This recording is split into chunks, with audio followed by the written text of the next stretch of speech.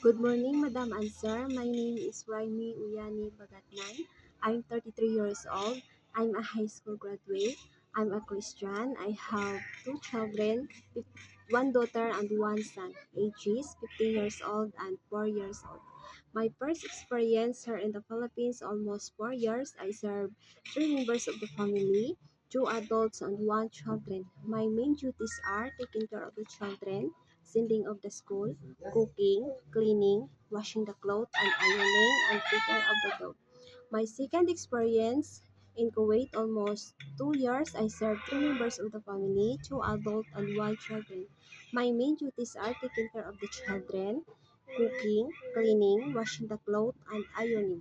My third experience in Hong Kong, good for 8 months, I served three members of the family, two adults and one children. My main duties are taking care of the children, sending to the school, cooking, cleaning, washing the clothes, and ironing. To my future employer, please hire me. Trust me for everything. I'm a hardworking woman. I'm a responsible.